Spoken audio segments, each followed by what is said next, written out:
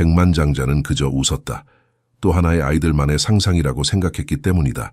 그러나 깡마르고 맨발인 길거리 소녀는 단호하게 다시 말했다. 아저씨, 제가 당신 딸을 다시 걷게 해줄게요. 그 순간 그는 단순한 장난이 아니라는 것을 깨달았다. 그리고 이어진 5분 동안 벌어진 일은 당신을 충격에 빠뜨릴 것이다. 가을의 마지막 햇살이 해운대 앞바다를 금빛으로 물들이던 오후, 윤재혁은 공원 벤치에 홀로 앉아 있었다. 손에는 최고급 명품 시계가 빛났고 맞춤 제작된 정장은 그가 부산 해운대구에서 가장 영향력 있는 건설 재벌임을 무언으로 외치고 있었다. 하지만 그의 눈빛은 공허했다. 40대 중반의 얼굴에는 돈으로도 지울 수 없는 깊은 주름이 패여 있었고 그의 구부정한 어깨는 보이지 않는 무게에 짓눌려 있었다. 아빠, 저기 봐요. 연이 날아가요. 그의 옆 휠체어에 앉아있는 9살 윤서연이 하늘을 가리켰다. 서연의 목소리에는 아이다운 즐거움이 담겨 있었지만 재혁의 귀에는 그 안에 숨겨진 슬픔의 메아리가 들렸다. 2년 전 교통사고 이후 서연의 하반신은 영원히 움직이지 않게 되었다. 의사들은 평생 휠체어에 의존해야 할 것이라는 냉정한 진단을 내렸지만 재혁은 받아들일 수 없었다. 서연아, 큐라, 외투 더 여며 입어. 재혁은 딸의 무릎 담요를 올려주며 말했다. 그의 손가락이 서연의 다리를 스치자 가슴이 무너져 내렸다. 딸은 아무것도 느끼지 못했다. 무감각한 다리, 영원히 걷지 못할 다리. 재혁의 눈가에 눈물이 맺혔다가 사라졌다. 재벌 3세인 그에게 불가능한 것은 없었다. 고속도로를 건설하고 섬을 연결하고 산을 옮길 수도 있었다. 하지만 딸의 다리는 고칠 수 없었다. 서연이 하늘의 연을 바라보는 동안 재혁은 몰래 휴대폰을 꺼내 다음 병원 예약을 확인했다. 싱가포르, 보스턴, 취리히 세계 최고의 의사들을 찾아다녔지만 대답은 항상 같았다. 불가능합니다. 그때였다. 작은 그림자가 그들 앞에 드리워졌다. 아저씨, 도와드릴 수 있을 것 같아요. 재혁이 고개를 들었다. 10살 남짓한 소년이 맨발로 서 있었다. 해진 옷에 먼지 묻은 얼굴이었지만 그의 눈은 이상하게도 맑고 깊었다. 부산역 근처에서 흔히 볼 수 있는 거리의 아이들과는 달랐다. 뭐라고? 재혁이 차갑게 물었다. 부산 건설업계를 장악한 윤재혁에게 아무도 허락 없이 다가오지 않았다. 특히 이런 거지 아이는 따님을 도울 수 있어요. 다시 걷게 해드릴 수 있어요. 재혁의 얼굴이 순간 일그러졌다. 분노와 조롱 그리고 희미한 희망이 뒤섞인 복잡한 감정이 그의 얼굴을 스쳤다. 서연에게 허황된 희망을 심어줄 바에는 이 더러운 아이를 당장 쫓아버리는 게 나았다. 저리 꺼져. 재혁이 이를 악물며 말했다. 안 그러면 경비를 부를 거야. 소녀는 물러서지 않았다. 오히려 한 걸음 더 다가왔다. 그의 눈에는 두려움이 없었다. 제 이름은 김태우예요. 저도 한때는 걷지 못했어요. 하지만 지금은. 태우가 한 발을 들어 보였다. 그리고 재혁의 마음 깊은 곳에서 오래전에 포기했던 무언가가 미약하게 깨어나기 시작했다. 정신 나갔니? 재혁이 벌떡 일어나며 소리쳤다. 주변의 사람들이 흘끔 쳐다보았다. 그는 목소리를 낮추었지만 그 안의 분노는 여전했다. 세브란스, 서울대병원, 심지어 메이오 클리닉까지 갔다 왔는데 거짓골을 한 꼬마가 내 딸을 치료해준다고? 태우는 흔들리지 않았다. 아저씨, 제가 보여드릴게요. 한 번만 기회를 주세요. 서연이 갑자기 아버지의 소매를 잡아당겼다. 아빠, 들어봐요. 제발요. 재혁은 딸의 얼굴을 바라보았다. 사고 이후 처음으로 그녀의 눈에는 진짜 희망의 빛이 반짝였다. 평소의 공허함이 사라진 그 눈빛에 재혁의 심장이 뛰었다. 10분만요, 서연이 애원했다. 제발요, 아빠. 재혁은 깊게 한숨을 내쉬었다. 딱 10분. 그 이상은 안 돼. 태우는 고개를 숙여 인사했다. 놀랍게도 그 작은 몸짓에는 한국 전통의 예의가 배어 있었다. 그는 서연의 휠체어 뒤로 가서 바다가 더 잘 보이는 곳으로 가요라고 말했다. 재혁은 망설였지만 서연의 얼굴에 번진 기대감을 지울 수 없었다. 그들은 해변가 쪽으로 이동했다. 가을 바닷바람이 차갑게 불어왔지만 아무도 신경 쓰지 않았다. 해변 근처 벤치에 도착하자 태우는 조용히 가방에서 작은 돌멩이들을 꺼냈다. 재혁은 코웃음을 쳤다. 이게 뭐야? 무당 노름이라도 할 건가? 아니요. 태우가 침착하게 대답했다. 서연이가 자신의 몸을 다시 느끼게 해주는 거예요. 태우는 서연 앞에 무릎을 꿇고 앉았다. 서연이 눈 감아봐요. 바다소리 들려요? 서연이 고개를 끄덕였다. 파도가 오고 가고 조개 껍데기가 모래 위에서 춤추고 그걸 발로 느껴봐요. 차갑고 까끌까끌하고. 서연의 얼굴이 집중으로 일그러졌다. 재혁은 비웃으려다가 딸의 표정에 입을 다물었다. 서연의 손가락이 휠체어 팔걸이를 꽉 움켜쥐었다. 저기 이제 그만. 재혁이 말하려는데 갑자기 서연이 숨을 들이켰다. 아빠, 뭔가 느껴져요? 그녀의 목소리가 떨렸다. 찌릿하게 발가락이 재혁은 얼어붙었다. 2년 동안 수십억을 들여도 얻지 못한 반응이었다. 그는 태우를 의심스럽게 쳐다보았다. 하지만 소년의 얼굴에는 속임수가 아닌 진지함만 있었다. 어떻게? 재혁의 목소리가 갈라졌다. 어떻게 이런 일이? 태우는 자리에서 일어나 공손하게 말했다. 제가 있는 곳을 알려드릴게요. 내일 오실래요? 더 도와드릴 수 있어요. 그는 작은 종이 조각에 주소를 적었다. 영도구 희녀울길 83, 폐공장 뒤편 판자촌. 재혁은 종이를 받아들었다. 부산에서 가장 부유한 사람 중 하나인 그가 평생 발도 들여놓지 않았을 곳, 그곳에 희망이 있다니. 누구냐 넌? 재혁이 물었다. 태우는 미소 지었다. 그냥 아저씨처럼 살고 싶은 사람이에요. 내일 뵐게요. 그리고 그는 해변가로 달려가 사라졌다. 재혁은 소년의 발자국을 바라보았다. 그가 남긴 모래, 위의 흔적이 파도에 씻겨 나가고 있었다. 그날 밤 해운대의 초고층 아파트 펜트하우스. 재혁은 창밖으로 보이는 부산 야경을 바라보며 위스키를 들이켰다. 43층에서 내려다본 도시는 그의 손안에 있는 것 같았다. 사업가로서 그는 그 불빛들 중 많은 것들을 소유했다. 하지만 오늘 그는 자신이 얼마나 무력한지 깨달았다. 회장님, 조사 결과가 나왔습니다. 비서실장 박진호가 태블릿을 내밀었다. 재혁은 노려보듯 화면을 보았다. 김태우 11세, 3년 전 영도대교 교통사고로 부모 사망, 중상을 입었으나 기적적으로 회복. 현재 무연고 아동으로 등록되어 있으나 실제 거주지 불명. 영도구 일대에서 걷는 아이라는 별명으로 알려짐. 걷는 갸시오네. 다리를 쓰지 못하다가 스스로 일어났다고 합니다. 지역 주민들은 그를 기적의 아이라고 부르기도 합니다.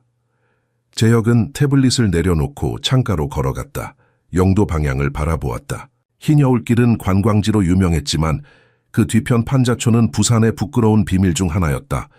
그의 회사가 재개발하려 했던 곳이기도 했다.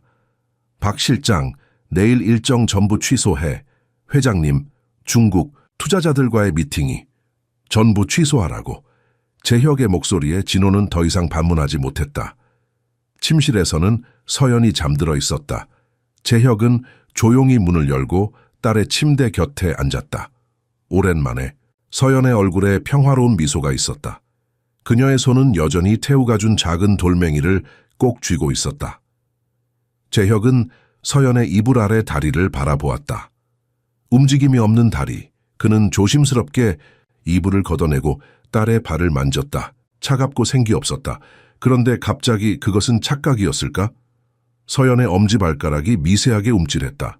여보세요? 재혁은 손 떨리며 휴대폰을 귀에 대었다. 새벽 3시였다. 김민석 박사님? 죄송합니다만 긴급한 일입니다. 내일 영도구로 함께 가주셨으면 합니다. 제 딸의 상태의 변화가... 네네, 그렇습니다. 돈은 상관없습니다. 다음 날 아침 재혁은 평소와 다른 옷차림으로 현관에 서 있었다. 정장 대신 청바지와 검은 점퍼를 입고 있었다. 가정부 김순자가 놀란 표정으로 쳐다보았다. 회장님, 그게 무슨 차림이세요? 순자 씨, 오늘 서연이 잘 부탁해요. 저녁에 늦을 수도 있어요. 어디 가세요? 재혁은 대답 대신 서연의 방으로 향했다. 딸은 이미 깨어 있었고 창가에서 바다를 바라보고 있었다.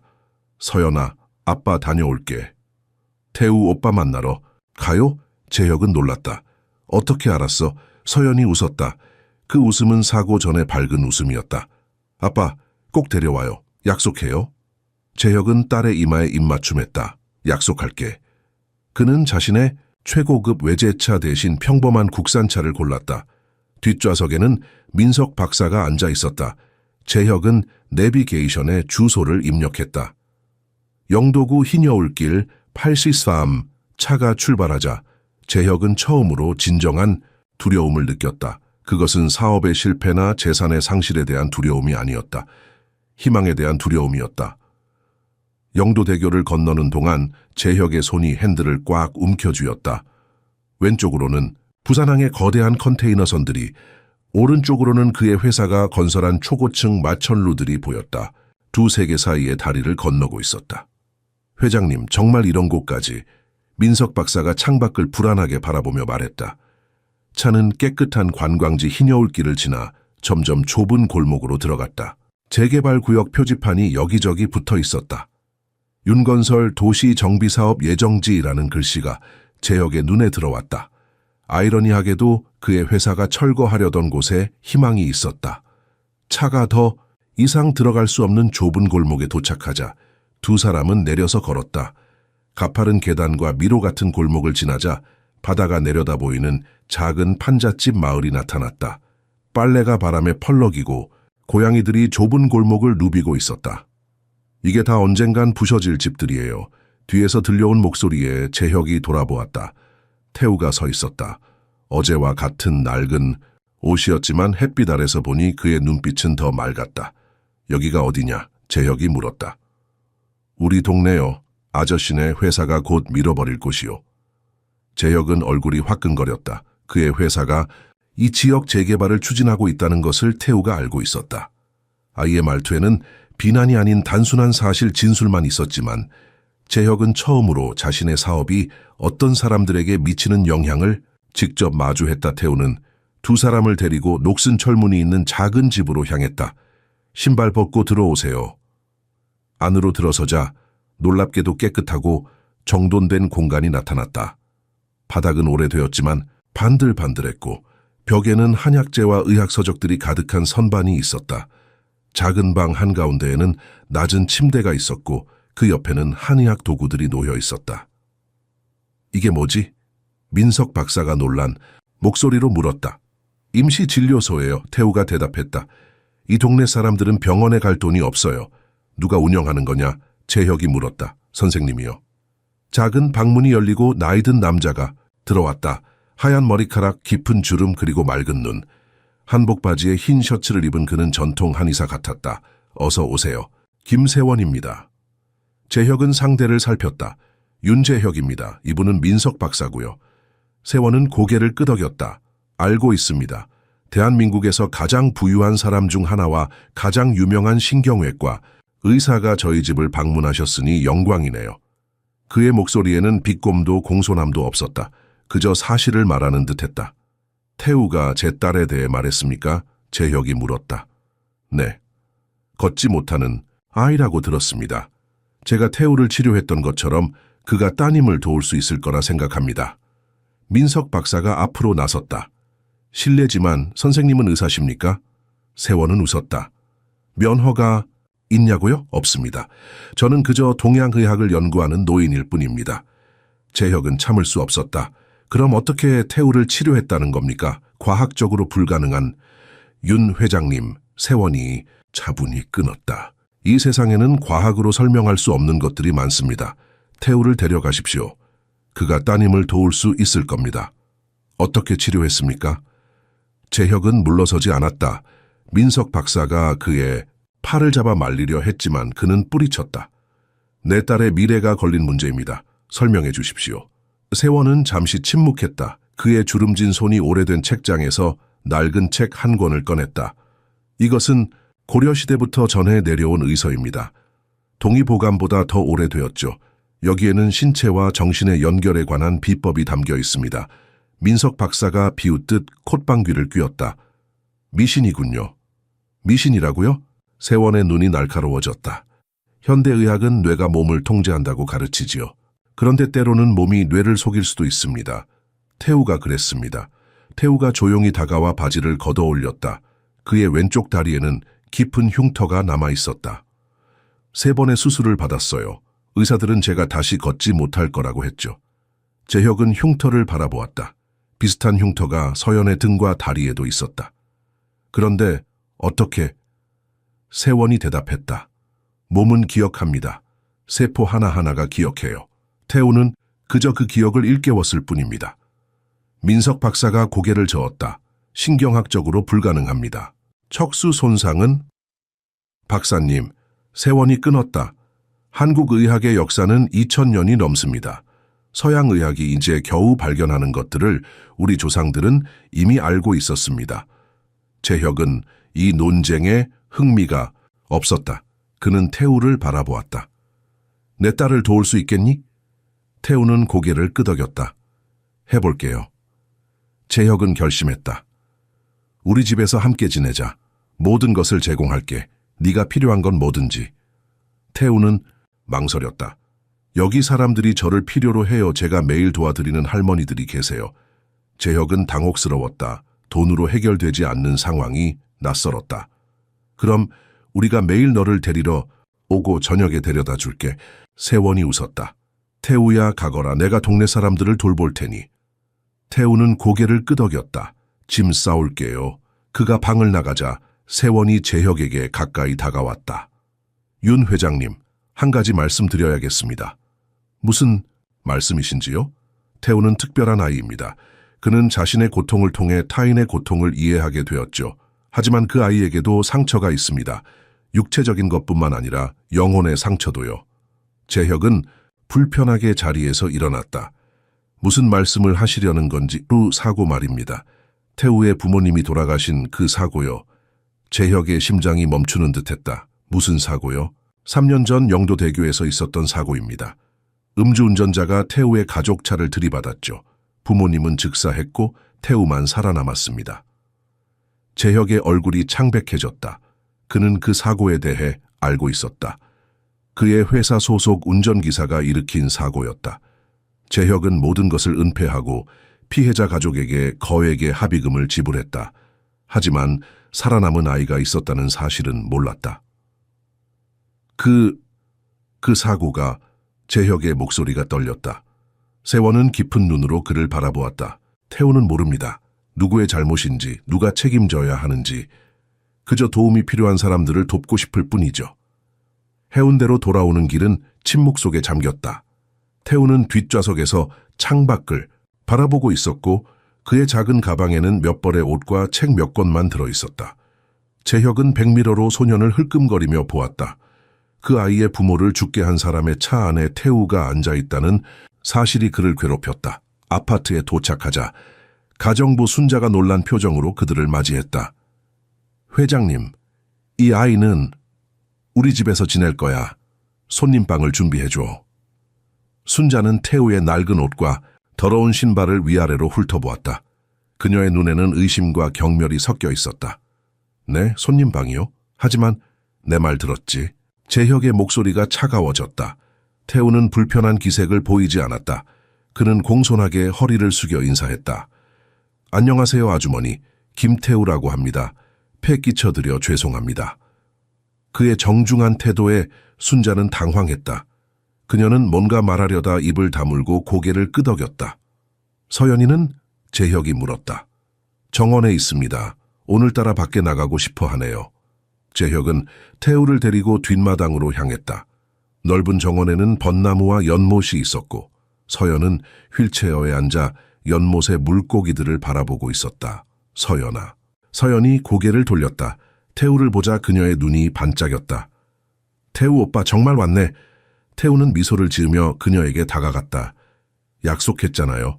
재혁은 두 아이를 지켜보았다. 서연의 얼굴에 오랜만에 생기가 돌았다. 민석 박사가 재혁의 옆에 서서 속삭였다. 회장님, 이런 식의 민간요법은 위험할 수 있습니다. 아이에게 잘못된 희망을 줄 뿐이에요. 재혁은 대답하지 않았다. 그는 그저 태우가 서연의 휠체어 뒤에 서서 뭔가를 속삭이는 모습을 지켜보았다. 서연이 웃었다. 재혁은 그 웃음을 얼마나 그리워했는지 깨달았다. 박사님, 오늘은 그만 돌아가. 보세요. 내일 다시 와주시면 감사하겠습니다. 민석 박사는 입술을 깨물었지만 더 이상 반대하지 않았다. 그가 떠나자 재혁은 벤치에 앉아 두 아이를 지켜보았다. 태우는 서연의 휠체어를 연못가로 밀었다. 그는 주머니에서 작은 종이배를 꺼내 물에 띄웠다. 이게 뭐예요? 서연이 물었다. 소원배예요. 걷고 싶은 소원을 담아 보내는 거예요. 서연은 종이배를 바라보았다. 정말 소원이 이루어질까요? 소원을 믿으면요. 저도 그렇게 했어요. 태우는 서연의 손을 잡고 물 위에 갖다 대었다. 물이 서연의 손가락을 적셨다. 차갑죠? 이제 이 느낌을 기억하세요. 모든 감각은 연결되어 있어요. 손이 느끼면 발도 느낄 수 있어요. 재혁은 이 이상한 치료법을 의심스럽게 바라보았다. 하지만 서연의 얼굴에 집중하는 표정이 떠올랐다. 그녀는 정말로 믿고 있었다. 태우가 서연에게 물었다. 내일부터 진짜 연습을 시작할까요? 힘들 거예요. 서연은 망설임 없이 고개를 끄덕였다. 할 수 있어요. 저도 오빠처럼 다시 걷고 싶어요. 태우는 서연의 머리를 부드럽게 쓰다듬었다. 그 순간 재혁은 이 아이가 단순한 거리의 아이가 아니라는 것을 깨달았다. 그의 눈에는 어른의 지혜가 담겨 있었다. 아침 6시 해가 막 떠오를 때 태우는 이미 깨어 있었다. 그는 조용히 주변을 살폈다. 손님방은 그가 지금까지 본 어떤 집보다 넓었다. 비단 이불, 원목 가구, 그리고 바다가 내려다 보이는 창문. 잠시 동안 그는 이 모든 것이 꿈인 것만 같았다. 하지만 그의 마음은 곧 현실로 돌아왔다. 오늘부터 서연과의 진짜 훈련이 시작될 것이다. 그는 침대에서 내려와 가방에서 작은 노트를 꺼냈다. 세원 선생님이 적어준 메모들이었다. 첫째 날, 감각 깨우기. 둘째 날, 기억 훈련. 셋째 날, 근육 자극. 태우는 깊게 숨을 들이마셨다. 그가 걷게 된 과정은 고통스러웠다. 서연도 같은 고통을 겪어야 할 것이다. 하지만 그는 그녀가 충분히 강하다고 느꼈다. 뭐 하고 있니? 태우는 깜짝 놀라 돌아보았다. 재혁이 문간에 서 있었다. 그는 이미 운동복 차림이었다. 준비하고 있었어요, 아저씨. 재혁은 고개를 끄덕였다. 그 아침 먹었니? 학한 아직이요. 같이 먹자. 그리고 그냥 아저씨라고 부르지 말고 재혁 아저씨라고 불러. 태우는 순간 당황했다. 이런 친근함이 낯설었다. 네, 재혁 아저씨. 식탁에는 이미 아침 식사가 차려져 있었다. 전통 한식부터 서양식까지 다양한 음식들. 태우는 이렇게 많은 음식을 본 적이 없었다. 많이 먹어. 오늘 힘들 테니까. 태우가 밥을 먹는 동안 재혁은 그를 관찰했다. 소년의 몸은 마르고 작았지만 그의 손과 눈은 놀랍도록 침착했다. 꼭 어른처럼. 태우야, 물어볼게. 이따 태우가 고개를 들었다. 내 부모님에 대해 기억나는 게 있니? 태우의 손이 잠시 멈췄다. 그의 눈에 슬픔이 스쳤지만 금방 사라졌다. 아버지는 교사셨어요. 어머니는 간호사고요. 둘 다 좋은 분들이었어요. 재혁의 가슴이 아팠다. 자신의 회사 직원이 저지른 일 때문에 이 아이는 부모를 잃었다. 사고는 기억나니? 태우는 천천히 고개를 저었다. 많이 기억나지 않아요. 그냥 소리와 빛, 그리고 아픔만 기억나요.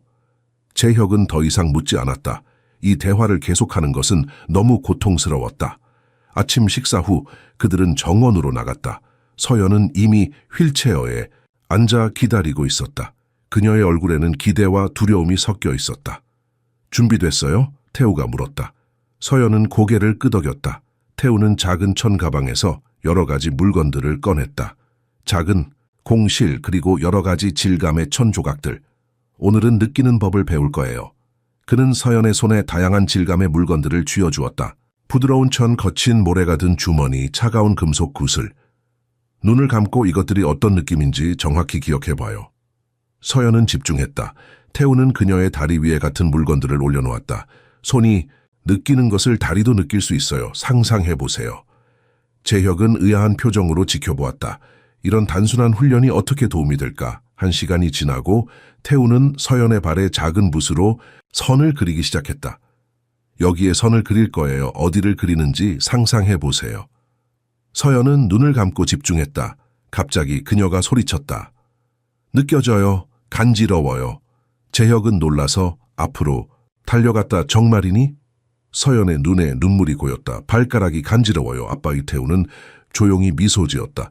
첫 번째 단계예요. 상상에서 시작해 현실이 돼요.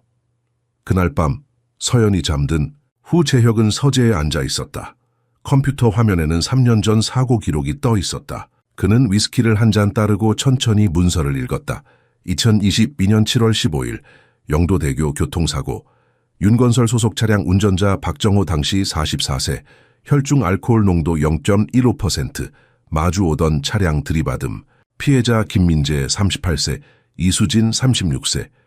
현장에서 사망, 아들 김태우 8세, 중상.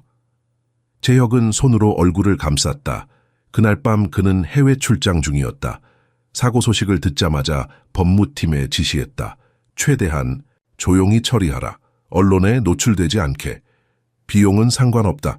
그는 피해자 가족에게 10억 원의 합의금을 제시했고 소송은 취하되었다.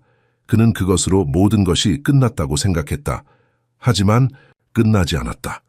피해자의 아들이 살아남았고 이제 그의 집에서 그의 딸을 치료하고 있었다.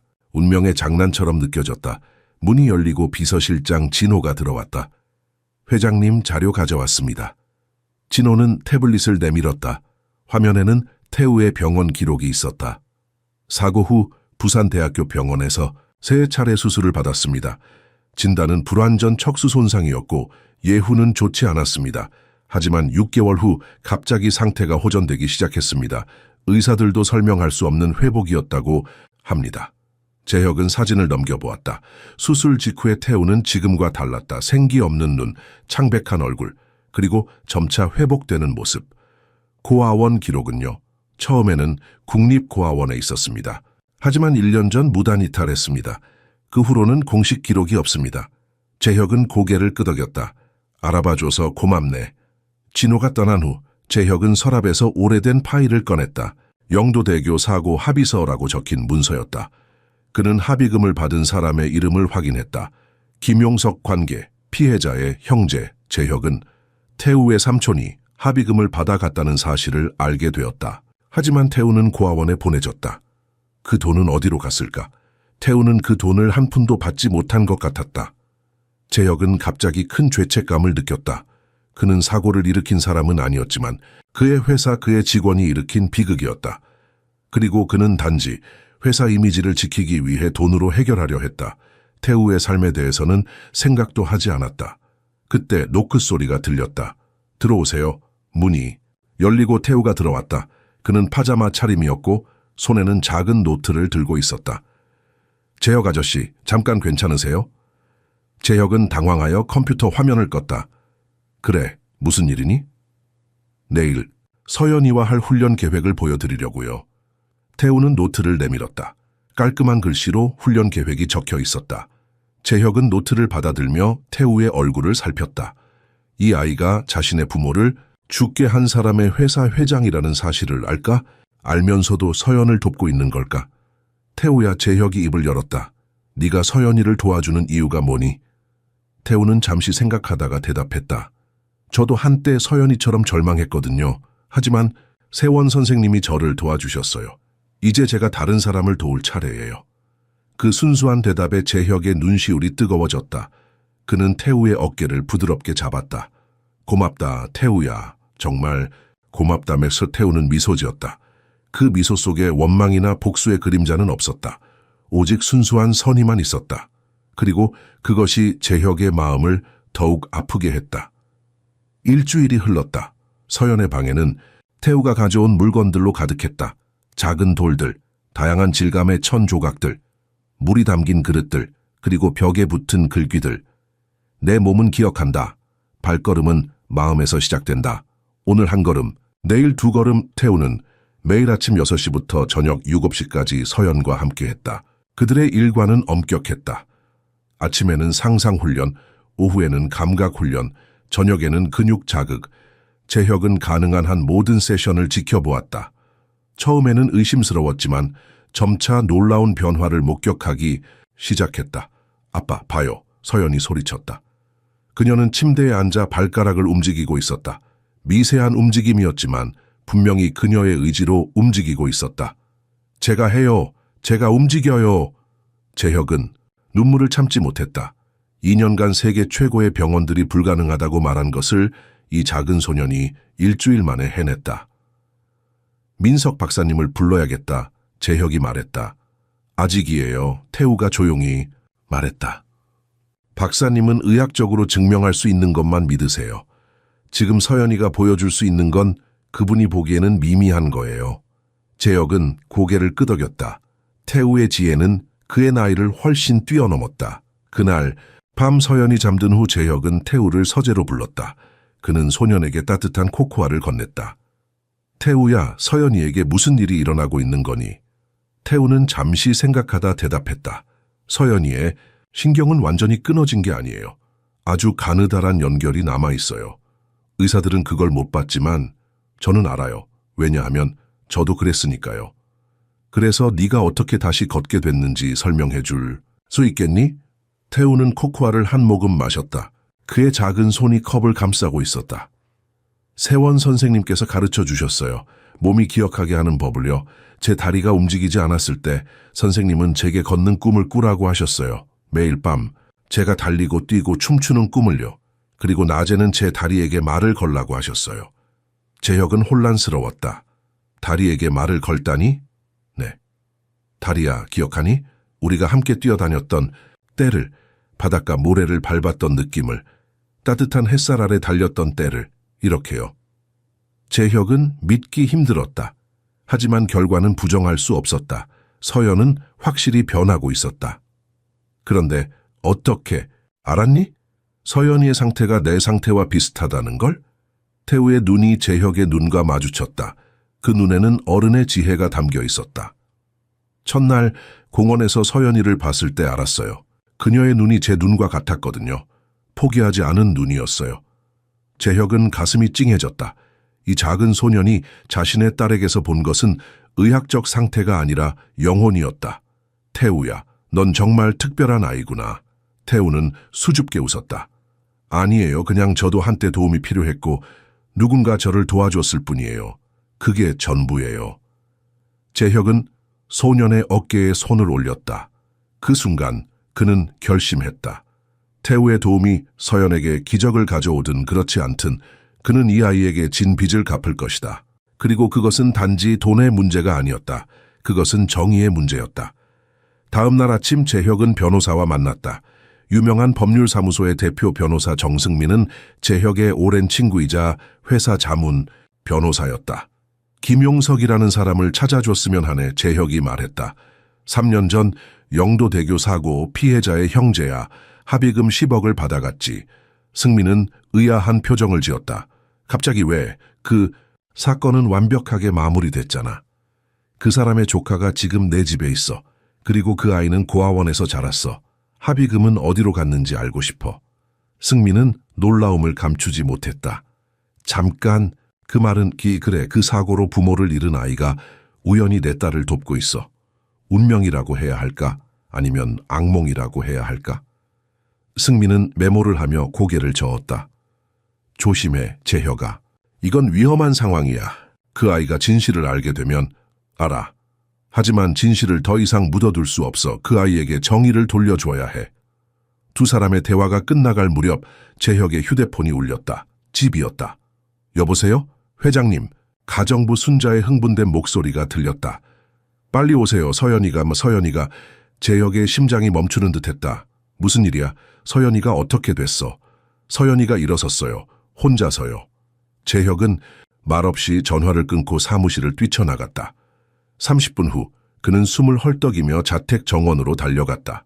그곳에는 민석 박사, 가정부, 그리고 몇몇 직원들이 모여 있었다. 그리고 그 중앙에 태우의 손을 잡고 서 있는 서연이 있었다. 아빠! 서연이 소리쳤다. 그녀는 불안정하게 서 있었지만 분명히 자신의 두 다리로 서 있었다. 봐요, 제가 서 있어요. 재혁은 그 자리에 얼어붙었다.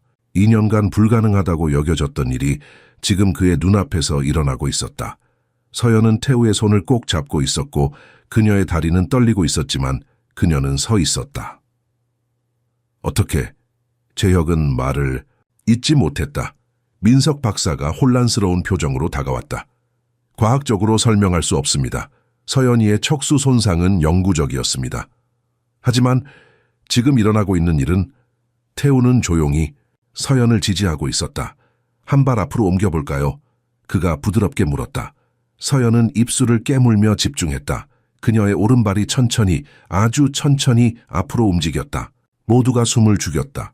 그녀가 한 발을 앞으로 내디뎠을 때 재혁은 참았던 눈물을 터뜨렸다. 그는 딸에게 달려가 안았다. 서연아, 넌 정말 대단해. 정말 대단해. 서연은 아버지의 품에 안겨 미소 지었다. 태우 오빠가 도와줬어요. 오빠는 제가 할 수 있다고 믿었어요. 재혁은 태우를 바라보았다. 소녀는 겸손하게 뒤로 물러서며 미소 지었다. 그의 눈에는 자부심과 행복이 가득했다. 이게 바로 첫 번째 단계예요. 태우가 말했다. 서연이는 이제 자신의 몸을 다시 신뢰하기 시작했어요. 하지만 아직 갈 길이 멀어요. 민석 박사는 머리를 흔들며 태우에게 다가갔다. 도대체 어떻게 한 거니? 어떤 치료법을 사용한 거지? 태우는 고개를 저었다. 치료법이 아니에요. 그냥 서연이에게 자신의 몸을 기억하는 법을 가르쳐 준 거예요. 재혁은 태우의 어깨에 손을 올렸다. 고맙다, 태우야. 네가 우리에게 기적을 가져다 주었어. 태우는 미소 지었지만 그의 표정이 갑자기 굳어졌다.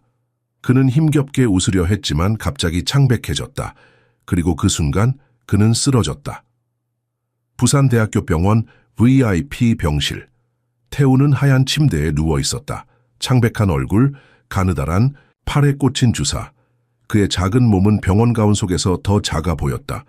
의사들은 하나같이 고개를 저었다. 과로와 영양실조입니다. 그리고 척수에 이상 징후가 보입니다. 원래 부상이 있었던 모양인데 최근에 악화된 것 같습니다. 재혁은 병실 창가에 서서 멍하니 바다를 바라보았다. 태우가 서연을 치료하는 동안 자신의 건강은 악화되고 있었다는 사실을 그는 몰랐다. 아니, 알고 싶지 않았다. 회장님. 재혁은 고개를 돌렸다. 김세원이 병실 문간에 서 있었다. 그는 태우의 소식을 듣고 영도에서 바로 달려온 것이었다. 세원 선생님, 세원은 천천히 태우에게 다가가 이마에 손을 얹었다. 이 아이가 그랬군요. 자신의 에너지를 다른 사람에게 주고 있다고 생각했어요. 재혁은 혼란스러웠다. 무슨 말씀이신지. 태우는 특별한 아이입니다. 그는 자신의 생명력을 다른 사람에게 전할 수 있어요. 그가 서연이를 도울 때 그는 자신의 힘을 조금씩 나누어 주고 있었던 겁니다. 재혁은 충격을 받았다. 그게 가능합니까? 한의학에서는 기키의 흐름과 전이를 오래전부터 연구해 왔습니다. 현대의학은 아직 설명할 수 없지만 실제로 일어나는 현상이죠. 재혁은 무거운 마음으로 태우를 바라보았다. 그럼 서연이가 걷게 된 것은 태우가 자신의 건강을 희생했기 때문입니다. 그는 이미 알고 있었을 거예요. 하지만 그래도 서연이를 돕기로 했죠. 재혁의 눈에 눈물이 고였다. 자신의 부모를 잃게 한 회사의 사장 딸을 위해 이 아이는 기꺼이 자신의 건강을 희생했다. 그것도 모든 진실을 모른 채 그를 살릴 수 있습니까? 세원은 깊은 한숨을 내쉬었다. 현대의학의 도움이 필요합니다. 그리고 그의 의지도요. 그때 병실 문이 열리고 서연이 휠체어를 타고 들어왔다. 태우의 도움으로 몇 발자국을 걸을 수 있게 되었지만 아직 장시간 걷기는 힘들었다. 태우 오빠. 서연의 목소리가 떨렸다. 쟤 때문인가요? 재혁은 딸에게 다가가 꼭 안았다.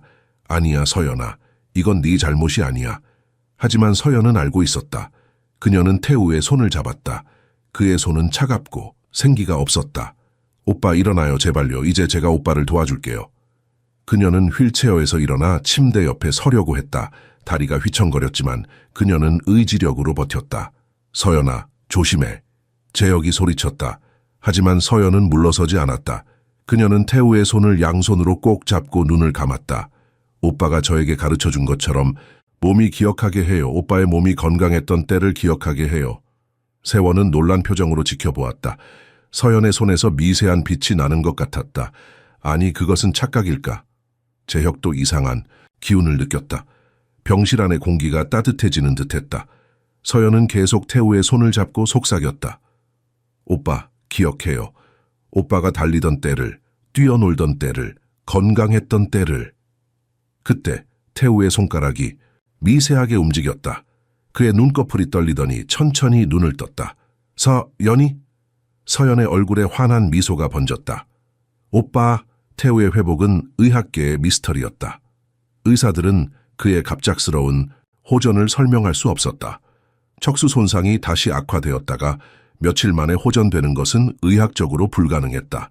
그러나 태우는 일주일 만에 병원을 퇴원할 수 있게 되었다.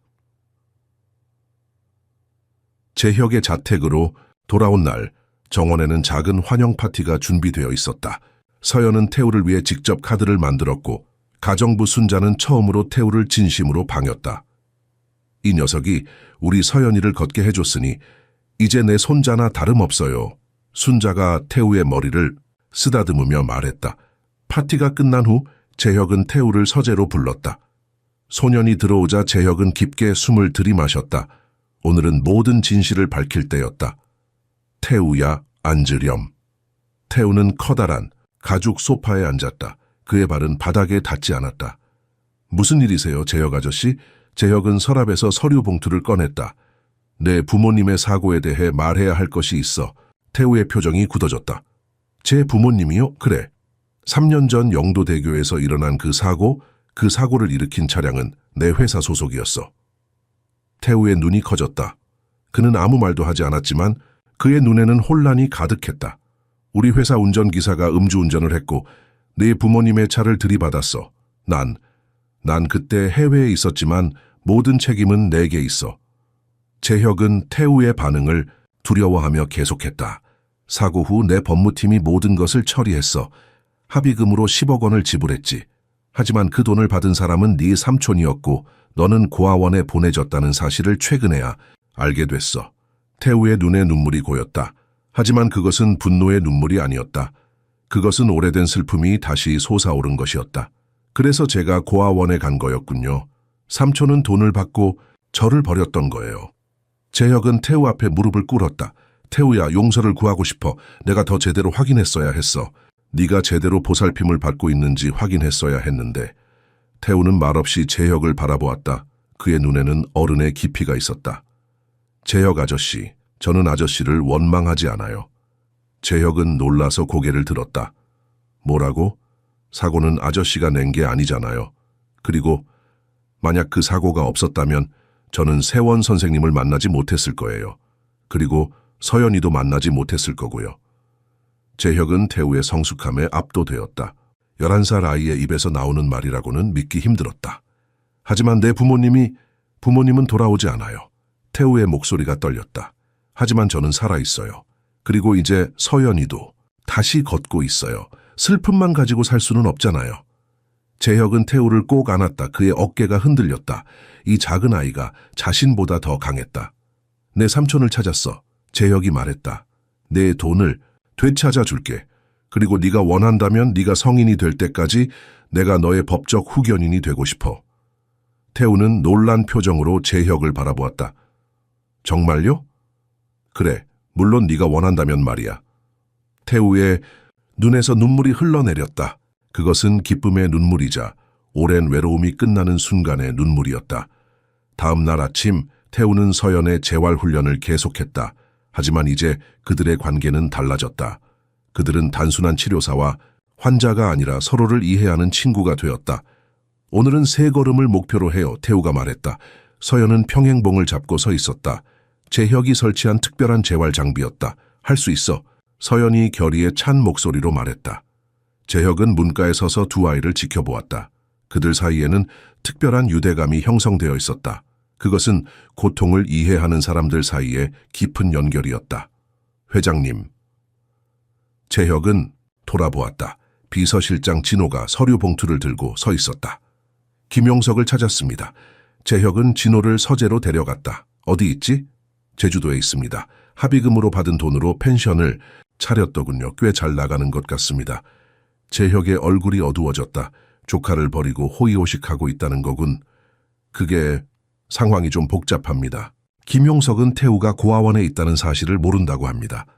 고아원 직원에게 매달 양육비를 보냈다는데 그 직원이 돈을 착복한 것 같습니다. 재혁은 혼란스러웠다. 그럼 태우의 삼촌도 피해자란 말인가? 그렇진 않습니다. 그는 태우를 직접 돌보지 않았고 제대로 확인하지도 않았으니까요. 하지만 완전한 악인은 아닌 것 같습니다. 재혁은 깊이 생각에 잠겼다. 김용석에게 연락해 직접 만나고 싶다고. 진호가 떠난 후 재혁은 창밖을 바라보았다. 정원에서는 태우와 서연이 천천히 걷는 연습을 하고 있었다. 서연은 태우의 도움을 받아 조심스럽게 한 발, 두 발 내딛고 있었다. 그날 저녁 가족 식사 시간에 재혁은 중요한 발표를 했다. 서연아, 태우야, 내일 우리 모두 제주도로 여행을 갈 거야. 서연이 눈을 반짝였다. 정말요? 비행기 타고요? 그래, 우리 모두에게 휴식이 필요할 것 같아. 태우는 조용히 밥을 먹고 있었다. 재혁이 그에게 물었다. 태우야, 너도 좋겠지? 태우는 고개를 끄덕였지만 그의 눈에는 불안함이 있었다. 재혁 아저씨, 제주도에 가는 진짜 이유가 있죠. 재혁은 태우의 통찰력에 놀랐다. 이 아이는 항상 상황을 꿰뚫어 보았다. 그래, 내 삼촌이 거기 있어. 만나볼 생각이야. 태우는 숟가락을 내려놓았다. 삼촌이요지 그래. 모든 것을 정리할 시간이야. 내 미래를 위해서. 태우는 생각에 잠겼다. 그는 삼촌에 대한 희미한 기억만 갖고 있었다. 부모님이 살아계실 때 가끔 방문했던 무뚝뚝한 남자모 삼촌이 저를 버렸나요? 재혁은 솔직하게 대답했다. 상황이 복잡해. 직접 만나서 이야기해봐야 할 것 같아. 서연이 태우의 손을 잡았다. 괜찮아요, 오빠. 제가 같이 있을게요. 태우는 서연에게 미소 지었다. 그녀의 지지는 항상 그에게 힘이 되었다. 그날 밤 태우는 잠을 이루지 못했다. 그는 창가에 서서 밤바다를 바라보았다. 3년 전 그의 인생은 완전히 바뀌었다. 그리고 이제 또 다른 변화가 오고 있었다. 두려워요. 그가 스스로에게 속삭였다. 하지만 더 이상 혼자가 아니야. 멀리서 파도 소리가 들려왔다. 그 소리는 마치 괜찮을 거야, 괜찮을 거야 라고 속삭이는 것 같았다. 제주도의 푸른 하늘 아래 윤재혁의 일행은 렌터카를 타고 섬 남쪽으로 향했다. 창문 너머로 보이는 풍경은 환상적이었다. 에메랄드빛 바다, 검은 현무암 해안, 그리고 멀리 보이는 한라산. 서연은 창밖으로 손을 뻗어 바람을 느꼈다. 바다가 정말 예뻐요. 태우는 조용히 창밖을 바라보고 있었다. 그의 마음은 복잡했다. 3년 만에 만나게 될 삼촌에 대한 감정이 어떨지 그도 알 수 없었다. 1시간 후 그들은 조용한 해안가에 위치한 펜션에 도착했다. 바다의 꿈이라는 이름의 이 펜션은 현대적인 건물과 전통적인 제주 가옥이 조화롭게 어우러진 곳이었다. 주차장에 차를 세우자 중년 남성이 그들을 맞이했다. 윤 회장님, 안녕하십니까? 김용석입니다. 재혁은 고개를 끄덕였다. 직접 나와주셔서 감사합니다. 태우는 차 뒤에 숨어 있었다. 용석은 아직 그를 보지 못했다. 무슨 일로 저를 찾으셨는지. 용석의 말이 중간에 끊겼다. 그의 시선이 태우에게 닿았기 때문이다. 태우야? 태우는 움직이지 않았다. 그의 작은 손이 서연의 휠체어를 꽉 잡고 있었다. 삼촌, 그가 작은 목소리로 말했다.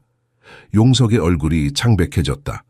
그는 태우에게 다가가려 했지만 망설였다. 네가 살아있었구나.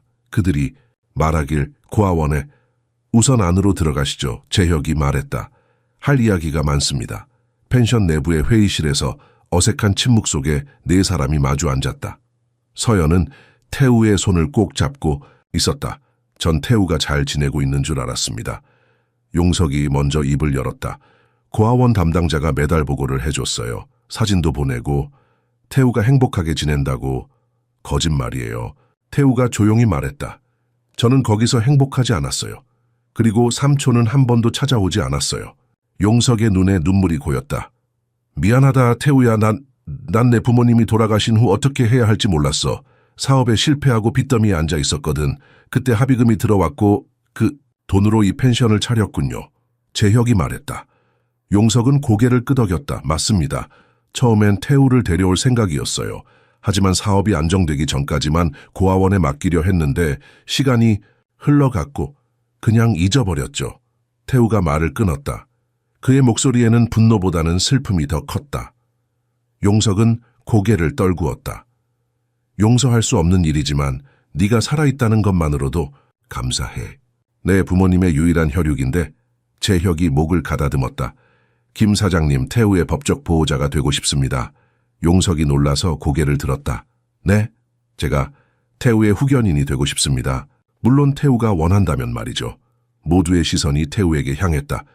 태우는 잠시 생각에 잠겼다. 저 재혁 아저씨와 지내고 싶어요. 하지만 재혁이 물었다. 삼촌도 가끔 만나고 싶어요. 결국 삼촌은 제 유일한 가족이니까요. 재혁과 용석은 놀란 표정으로 서로를 바라보았다. 그들은 태우가 단호하게 한쪽을 선택할 것이라 예상했다. 하지만 태우는 자신만의 방식으로 상황을 해결하고 있었다. 용석의 눈에서 눈물이 흘러내렸다. 정말 네 어머니를 닮았구나. 항상 모두를 포용하려 했지. 제주도에서의 3일은 모두에게 치유의 시간이었다. 태우는 삼촌과 많은 대화를 나누었다. 용석은 그에게 부모님의 이야기, 어릴 적 추억, 가족의 역사를 들려주었다. 태우에게는 이 모든 것이 소중한 보물이었다. 마지막 날, 일행은 제주의 올레길을 걸었다. 서연은 짧은 거리는 걸을 수 있게 되었지만 길고 험한 길은 여전히 휠체어가 필요했다. 그러나 그녀는 불평하지 않았다. 자신이 이만큼 회복된 것만으로도 기적이라고 생각했다. 이번 가을에 학교에 갈 수 있을까요? 서연이 태우에게 물었다. 태우는 미소 지었다. 물론이죠. 천천히 걸어도 괜찮아요. 중요한 건 포기하지 않는 거예요. 재혁은 두 아이의 대화를 들으며 미소 지었다. 그는 용석과 나란히 걷고 있었다.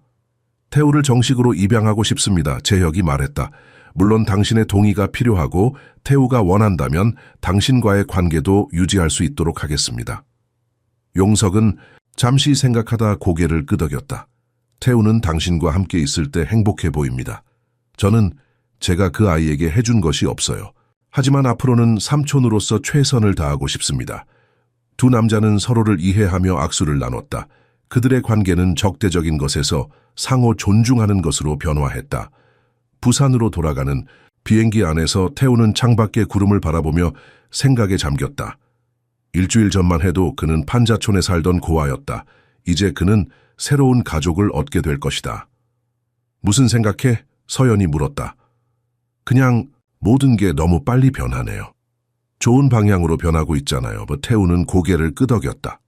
네, 하지만 영도 사람들이 걱정돼요. 세원 선생님도 그렇고. 재혁이 그들의 대화에 끼어들었다. 걱정 마라 태우야. 내가 약속하마. 영도 재개발 계획을 수정할 거야. 사람들이 살던 곳에서 계속 살 수 있도록. 그리고 세원 선생님을 위한 제대로 된 한의원도 지을 거야. 태우의 눈이 반짝였다. 정말요? 그래. 네가 나에게 많은 것을 가르쳐 주었어. 돈과 권력만으로는 진정한 행복을 가져올 수 없다는 걸 말이야. 비행기가 부산 상공에 진입했다. 창밖으로 부산의 아름다운 해안선과 도시 풍경이 펼쳐졌다. 태우는 이 도시가 이제 진정한 의미의 집이 될 것이라는 것을 느꼈다. 부산 공항에 도착했을 때 뜻밖의 인물이 그들을 기다리고 있었다. 세원 선생님이었다. 선생님, 태우가 기쁨에 차서 달려갔다. 세원은 미소 지으며 태우를 안았다. 어떻게 지냈니? 정말 많은 일이 있었어요. 재혁이 세원에게 다가갔다. 오셨군요. 모셔드리려 했는데. 아닙니다. 제가 직접 와야 할 것 같았습니다. 태우의 새 출발을 축하해주고 싶었거든요. 서연이 휠체어에서 일어나 조심스럽게 몇 걸음 걸어 세원에게 다가갔다. 선생님, 저예요. 걸을 수 있게 됐어요. 세원의 눈에 감동의 눈물이 고였다. 놀랍구나. 태우가 정말 대단한 일을 했구나. 재혁은 세원의 어깨에 손을 올렸다. 선생님, 제안이 있습니다. 영도에 한의학 연구센터를 세우려고 합니다. 선생님께서 센터장을 맡아주셨으면 합니다. 세원은 놀란 표정을 지었다. 저 같은 늙은이가 무슨. 선생님의 지혜와 경험이 필요합니다. 현대의학과 한의학이 함께 발전할 수 있는 곳을 만들고 싶습니다. 세원은 잠시 생각하다가 고개를 끄덕였다. 한번 시도해 볼 만한 도전이군요. 가을이 깊어가는 어느 오후, 윤재혁의 자택 정원에서는 특별한 행사가 열리고 있었다. 가족과 몇몇 가까운 지인들만 초대된 조용한 입양식이었다. 태우는 새 양복을 입고 긴장한 표정으로 서 있었다. 서연은 그의 옆에서 살짝 긴 원피스를 입고 지팡이에 의지한 채 서 있었다. 그녀는 이제 짧은 거리는 지팡이만으로 걸을 수 있게 되었다. 긴장되어 서연이 태우에게 속삭였다. 태우는 고개를 끄덕였다. 이게 꿈인 것 같아요. 작은 테이블 위에는 공증된 입양 서류가 놓여 있었다. 재혁이 앞으로 나와 모두에게 인사했다. 오늘 우리 가족의 새 구성원을 맞이하게 되어 기쁩니다. 태우는 이미 우리 마음속에 자리 잡았지만 이제 법적으로도 우리 가족이 됩니다. 그는 태우에게 다가가 무릎을 꿇고 눈높이를 맞췄다. 태우야, 네가 우리 가족이 되어 주어서 고맙다. 난 네 아버지는 될 수 없지만 네가 필요로 하는 모든 것을 주기 위해 노력할게. 태우의 눈에 눈물이 고였다. 감사합니다, 뭐 아버지. 그 말에 재혁의 눈시울도 붉어졌다. 그는 태우를 꼭 안았다. 김용석은 한쪽에서 이 장면을 지켜보고 있었다. 그의 표정에는 슬픔과 기쁨이 뒤섞여 있었다. 태우가 그에게 다가갔다. 삼촌도 여전히 제 가족이에요. 자주 만나요. 용석은 고개를 끄덕였다. 그래, 태우야. 삼촌이 자주 보러 올게. 서명식이 끝난 후 작은 축하, 파티가 이어졌다. 세원 선생님은 태우에게 특별한 선물을 주었다. 오래된 한의학 서적이었다. 이건 내가 젊었을 때부터 공부한 책이란다. 이제 네가 물려받을 차례야. 태우는 경외의 눈빛으로 책을 받았다. 정말 감사합니다, 선생님. 민석 박사도 와 있었다. 그는 서연의 회복 과정을 지켜보며 점점 태우와 세원의 방식에 관심을 갖게 되었다. 한의학과 현대의학의 통합 연구에 참여하고 싶습니다. 그가 세원에게 말했다. 제가 배울 것이 많을 것 같습니다. 밤이 깊어가고 손님들이 하나둘 떠났다. 태우는 새로 꾸며진 자신의 방으로 들어갔다. 벽지, 가구 모든 것이 새 것이었지만 그가 가장 소중히 여기는 것은 창가에 놓인 부모님의 사진이었다. 재혁이 찾아준 것이었다. 태우는 창가에 서서 밤하늘을 바라보았다. 별들이 유난히 밝게 빛나고 있었다. 엄마, 아빠 보고 계세요? 저 이제 새 가족이 생겼어요. 그때 문이 살짝 열리고 서연이 들어왔다. 그녀는 지팡이에 의지해 천천히 걸어왔다. 태우 오빠 뭐해요? 그냥 별 보고 있었어요. 서연은 태우 옆에 서서 함께 밤하늘을 바라보았다. 오빠 덕분에 제가 다시 걸을 수 있게 됐어요. 어떻게 감사해야 할지 모르겠어요. 태우는 미소 지었다. 서연이가 나에게 더 많은 것을 줬어요. 가족을, 집을. 서연이 태우의 손을 잡았다. 그녀의 손에서 따뜻한 기운이 느껴졌다. 태우는 놀라서 그녀를 바라보았다. 서연이, 너도 느껴? 서연은 고개를 끄덕였다. 네, 처음엔 무서웠어요. 하지만 이제는 익숙해졌어요. 오빠가 저에게 특별한 선물을 준 것 같아요. 태우는 경이로움으로 서연을 바라보았다.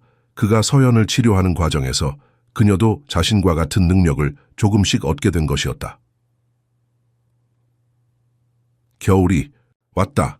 부산의 바다는 차갑고 거친 파도로 변했지만 윤재혁의 집은 그 어느 때보다 따뜻했다. 태우는 명문 사립학교에 전학했고 서연은 내년 봄 학교 복귀를 준비하고 있었다. 그녀의 재활은 놀라운 속도로 진행되었다. 재혁은 사무실에서 새 프로젝트 계획서를 검토하고 있었다. 영도 커뮤니티 재생 프로젝트라는 제목이 붙어 있었다. 이것은 기존의 재개발 계획을 완전히 뒤집은 것이었다. 원주민들을 내쫓는 대신 그들과 함께 지역을 개선하는 계획이었다. 회장님, 이사회가 반대할 겁니다. 진호가 걱정스럽게 말했다. 수익성이 훨씬 낮아질 테니까요. 재혁은 미소를 지었다. 걱정 마, 내가 설득할 테니. 그때 비서가 문을 두드렸다. 회장님, 세원 선생님과 민석 박사가 오셨습니다. 두 사람은 연구, 센터 건립에 관한 제안서를 들고 왔다. 전통과 현대의 만남, 통합의학연구센터라는 제목이었다. 수술과 약물로 고치지 못하는 것들이 있습니다. 민석 박사가 말했다. 태우와 서연을 통해 그것을 배웠습니다. 세원은 고개를 끄덕였다. 우리 전통의학에는 현대의학이 아직 이해하지 못한 지혜가 있습니다. 함께 연구한다면 재혁은 즉시 프로젝트를 승인했다. 영도 재생 프로젝트의 일부로 진행하죠. 의료 사각지대에 있는 사람들을 돕는 센터가 될 겁니다. 회의가 끝나고 재혁은 태우와 서연이 있는 집으로 일찍 돌아갔다. 그는 요즘 일과 후에는 항상 서두르는 편이었다. 더 이상 밤늦게까지 사무실에 남아있지 않았다. 그에게는 이제 더 중요한 일이 있었다. 집에 도착하자 뜻밖의 광경이 펼쳐졌다. 거실에는 여러 명의 아이들이 앉아 있었다. 모두 판자촌에서 온 아이들이었다. 태우와 서연은 그들에게 무언가를 가르치고 있었다. 이게 뭐 하는 거니? 재혁이 물었다. 서연이 밝게 웃었다. 아빠, 우리가 작은 교실을 만들었어요. 태우 오빠가 영도 아이들을 도와주고 싶어 했거든요. 태우는 쑥스러운 표정으로 설명했다. 그냥 제가 배운 것을 나누고 싶었어요. 이 아이들도 저처럼 꿈을 가질 수 있도록요. 재혁은 깊은 감동을 느꼈다. 그는 아이들 사이를 지나 태우에게 다가갔다. 정말 자랑스럽구나, 태우야. 아이들이 모두 돌아간 후 가족은 저녁 식사를 함께했다. 재혁은 식탁 건너편에서 태우와 서연이 소공어리며 웃는 모습을 바라보았다. 그들은 형제처럼 가까워졌다. 내일 오후에 시간 있니? 재혁이 태우에게 물었다. 네, 왜요? 영도에 같이 가보려고 해. 새 프로젝트를 내게 보여주고 싶어. 태우의 눈이 반짝였다. 정말요? 제가 도울 수 있을까요? 다 물론이지. 사실 내 도움이 꼭 필요해. 그곳 사람들의 진짜 필요가 무엇인지 네가 제일 잘 알잖아. 태우는 기쁨에 찬 표정으로 고개를 끄덕였다. 그는 자신이 버려진 아이에서 중요한 역할을 하는 사람으로 변화했다는 것을 실감했다. 식사 후 태우는 자신의 방으로 돌아가 일기를 썼다. 그는 매일 밤 부모님에게 편지를 쓰듯 일기를 쓰는 습관이 있었다. 오늘 저는 다른 아이들을 가르쳤어요. 예전에 세원 선생님이 저에게 해주셨던 것처럼요. 어쩌면 이것이 제가 부모님을 잃은 이유일지도 몰라요. 다른 사람들을 도울 수 있는 사람이 되기 위해서 이듬해 봄 영도대교 근처에서 성대한 개관식이 열렸다. 희망의 다리 통합 의료센터의 첫 문을 여는 날이었다. 현대적인 건물 앞에는 많은 사람들이 모여 있었다. 지역 주민들, 의료 전문가들, 그리고 언론인들까지.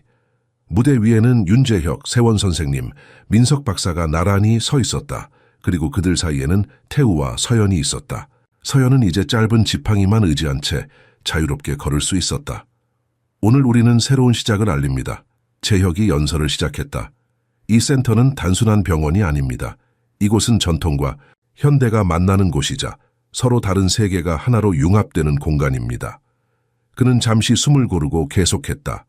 1년 전 저는 이 모든 것이 가능하다고 생각하지 못했습니다. 하지만 한 작은 아이가 저에게 불가능이란 없다는 것을 가르쳐 주었습니다. 그의 시선이 태우에게 향했다. 태우는 수줍게 미소 지었다. 개관식이 끝나고 사람들은 새 센터를 둘러보기 시작했다. 현대식 의료 장비와 한의학 치료실이 공존하는 독특한 공간이었다. 한쪽에는 지역 주민들을 위한 무료 진료소도 마련되어 있었다. 태우는 센터의 정원으로 나갔다. 그곳에는 특별한 공간이 있었다. 기억의 정원이라는 작은 명패가 붙어 있었고 그 안에는 태우의 부모님을 기리는 작은 비석이 세워져 있었다. 여기 있었구나. 태우는 뒤를 돌아보았다. 재혁이 다가오고 있었다. 네가 없어서 찾았어. 모두가 오늘의 주인공을 보고 싶어 하는데. 태우는 미소 지었다. 전 주인공이 아니에요. 그냥 아니. 너야말로 진정한 주인공이야. 재혁이 태우의 어깨에 손을 올렸다. 네가 아니었다면 이 모든 것이 가능하지 않았을 거야. 두 사람은 잠시 비석을 바라보았다. 김민재, 이수진 부부를 기리며 그들의 희생이 많은 이들에게 희망을 가져다 주었습니다. 부모님이 자랑스러워 하실 거야. 재혁이 말했다. 네가 이렇게 훌륭한 사람으로 자라고 있으니. 태우의 눈에 눈물이 고였다. 정말 그럴까요? 물론이지. 넌 많은 사람의 삶을 변화시켰어. 서연이, 나, 그리고 이제 이 센터를 통해 더 많은 사람들까지. 태우는 깊은 생각에 잠겼다. 그는 이제 12살이었지만 많은 것을 경험했다. 상실, 고통, 그리고 회복. 그리고 그 모든 과정에서 그는 다른 이들을 돕는 법을 배웠다. 아버지, 태우가 말했다. 그는 아직도 재혁을 아버지라고 부르는 것이 어색했지만 점점 익숙해지고 있었다. 저도 나중에 의사가 되고 싶어요.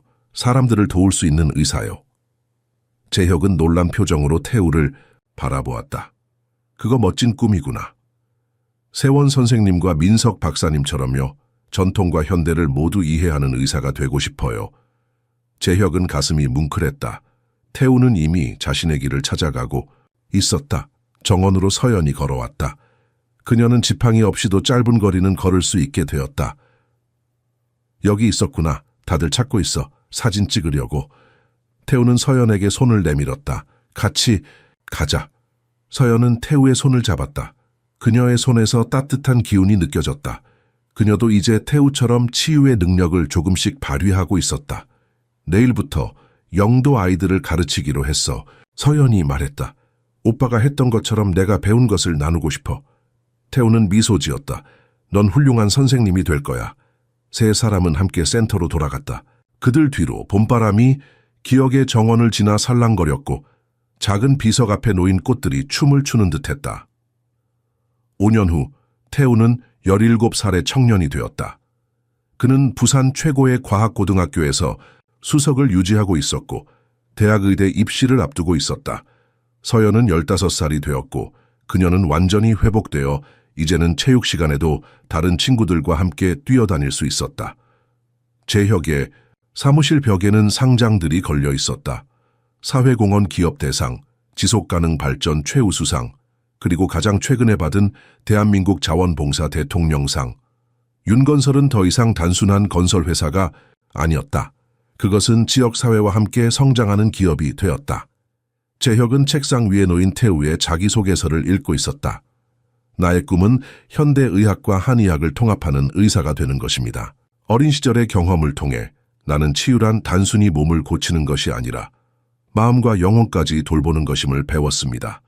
재혁의 눈에 자부심이 가득했다. 태우는 모든 역경을 이겨내고 자신만의 길을 찾아가고 있었다. 그날 저녁 가족은 특별한 저녁 식사를 위해 모였다. 김용석과 세원 선생님도 초대되었다. 용석은 이제 제주도 펜션을 성공적으로 운영하면서 소외된 아이들을 위한 장학재단도 설립했다. 태우야, 서울대와 연세대에서 모두 특별 전형으로 너를 원한다고 들었다. 용석이 자랑스럽게 말했다. 어디로 갈 생각이니?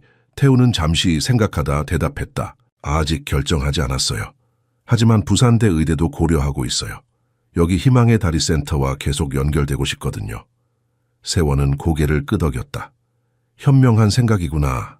때로는 멀리 가는 것보다 깊이 뿌리내리는 것이 더 중요하지.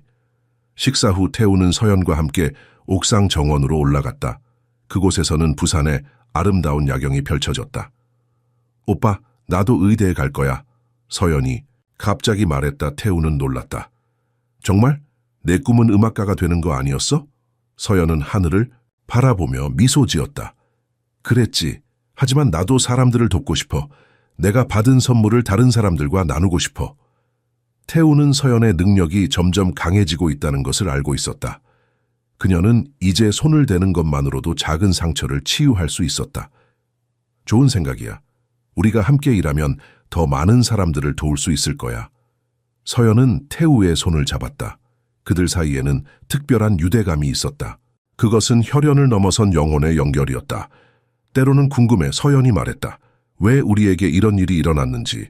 내가 사고를 당하고 오빠가 부모님을 잃고 그런데 결국 우리가 만나게 된 거지. 봄태우는 깊이 생각했다. 모든 일에는 이유가 있나 봐. 우리의 상처가 다른 사람들을 치유하는 힘이 된 것처럼. 그때 재혁이 옥상으로 올라왔다. 그는 이제 60에 가까웠지만 그의 눈빛은 여전히 강인했다. 별 구경하니? 그가 물었다. 내 아버지. 태우가 대답했다. 이제 그는 자연스럽게 재혁을 아버지라고 불렀다. 재혁은 두 아이 사이에 서서 양쪽 어깨에 팔을 둘렀다. 너희 둘이 내 인생의 가장 큰 선물이라는 걸 알고 있니? 세 사람은 함께 밤하늘을 바라보았다. 그들은 이제 진정한 가족이었다. 서로의 상처를 치유하고 함께 성장한 가족.